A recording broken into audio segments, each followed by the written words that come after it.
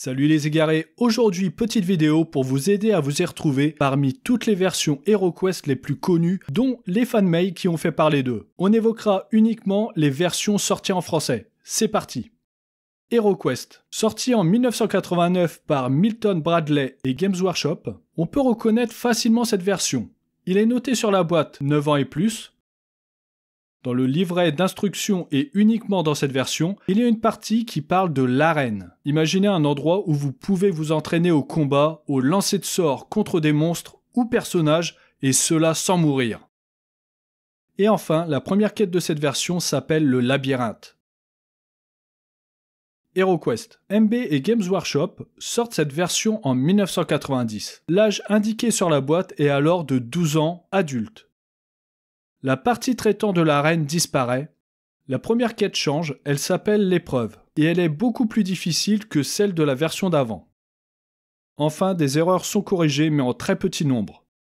Advanced HeroQuest. Games Workshop sortit ce jeu en 1990 en proposant des règles plus poussées que HeroQuest.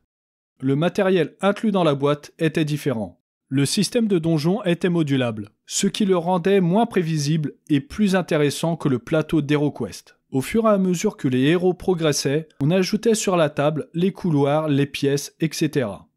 Les boîtes vendues en import en France contenaient un livret de règles constitué de photocopies traduites à la va-vite. Les règles complexes rebutèrent pas mal de monde, et le jeu ne rencontra que peu de succès.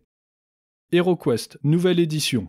Sorti par MB et Games Workshop en 1992, aussi appelée la Compagnie de l'Ombre, due à un dépliant supplémentaire contenu dans la boîte, avec une quête divisée en 13 étapes, jouable en une fois et sur 4 plateaux de jeu. Dans la boîte, on retrouve 12 figurines d'hommes d'armes, hallebardiers, éclaireurs, arbalétriers et fines lames. Leurs armes étaient interchangeables.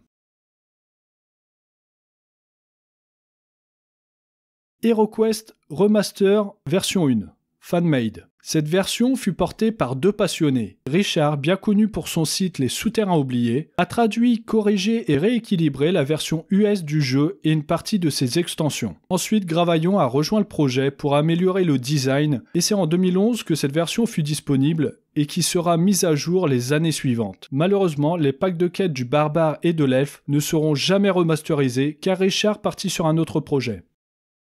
HeroQuest Remaster Kit Fortress, Fanmade. Gravaillon créa le Kit Fortress. Rien à voir avec celui sorti en 1990 par MB et Games Workshop, ce travail reste dans la continuité de la version remaster qu'il avait fait avec Richard. Ici, il nous proposait une génération aléatoire de donjons, un mode sans joueur sorcier, de nouvelles mécaniques, un bestiaire de monstres assez impressionnant. Le matériel de cette version est juste fou, un nombre impressionnant de cartes, des dés spéciaux et tellement de possibilités offertes. HeroQuest 25th Anniversary. En 2013, la société espagnole GameZone Miniature organise un financement participatif sur Kickstarter pour sortir l'édition HeroQuest 25th Anniversary. Kickstarter retire le projet de sa plateforme à cause d'un problème de droit, le nom HeroQuest étant déposé aux États-Unis par la société Moon Design, éditeur de jeux de rôle. On voit ensuite le projet apparaître sur Lanzano, site espagnol de financement participatif, sous le nom de HeroQuest 25º Anniversario. Le projet a un succès fou. Plus de 12 000 souscripteurs avec près de 680 000 € récoltés. Le fabricant déclare livrer le matériel pour 2014. Depuis 2014, GameZone Miniature donne des infos au compte-gouttes de temps en temps. En 2016, plusieurs souscripteurs mécontents décident d'organiser une action en justice contre la société GameZone. Fin 2021, avec la venue du remake de Hasbro, GameZone annonce ne plus avoir le droit d'utiliser le nom HeroQuest 25e anniversaire. Le projet s'intitule maintenant TheQuest. À l'heure actuelle, le jeu n'est toujours pas paru. HeroQuest Remaster version 2, Fanmade. Gravaillon n'était pas satisfait du Kit Fortress, qu'il trouvait brouillon et long à mettre en place lors des parties. Il décide de repartir de zéro afin de retravailler ce qui n'allait pas et de rendre tout cela plus simple. Cette version permet entre autres d'adapter le donjon selon le nombre de personnages joués, de jouer sans joueur sorcier et avec une génération simple et aléatoire du donjon. Il y a de nouvelles règles et de nouvelles classes de personnages. HeroQuest 2021. Le 22 septembre 2020, un financement participatif voit le jour sur le site d'Hasbro Pulse, uniquement pour les États-Unis. Il propose un remake du jeu HeroQuest, signé Hasbro et Avalon Hill, basé sur la version US originale. Le jeu est livré aux souscripteurs en décembre 2021, et quelques mois plus tard, il débarque dans les autres pays. On reconnaît cette version grâce à ce logo d'Avalon Hill.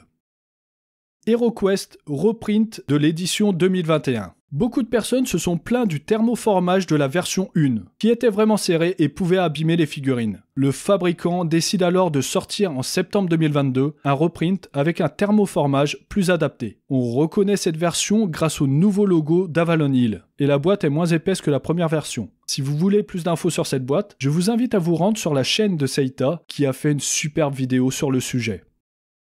C'est la fin de cette vidéo, j'espère qu'elle vous aura plu et qu'elle vous aidera à y voir plus clair dans toutes les versions officielles et fan-made qu'on peut trouver. Il existe un grand nombre de traductions non officielles du jeu, mais ce serait vraiment trop long et compliqué de toutes les citer. N'hésitez pas à nous mettre dans les commentaires une version ou un projet que vous jugez bon de partager avec nous. Je vous dis à bientôt et c'est sûr, on se retrouve avant la sortie de Tsuquest, mais d'ici là, prenez garde aux dédales.